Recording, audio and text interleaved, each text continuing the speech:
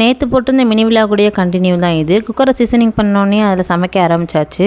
Mutton குழம்பு செய்கிறதுக்கு குக்கரில் எண்ணெய் ஊற்றி சோம்பு, பிரியாணி ஸ்பைசஸ், வெங்காயம், இஞ்சி, பூண்டு, தக்காளி எல்லாத்தையும் நல்லா வதங்கினோன்னா தேவையான அளவு மசாலாவையும் சேர்த்து அடி பிடிக்காமல் கிண்டிக்கணும். அதுக்கப்புறம் கழுவுன மட்டனை எடுத்து சேர்த்துக்கலாம்.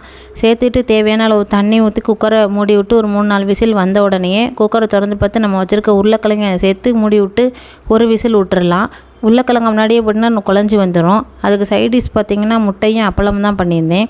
சாப்பிட்டு முடித்தோடனே பக்கத்தில் இருக்க முக்கம்பூர் பார்க்குக்கு போயாச்சு.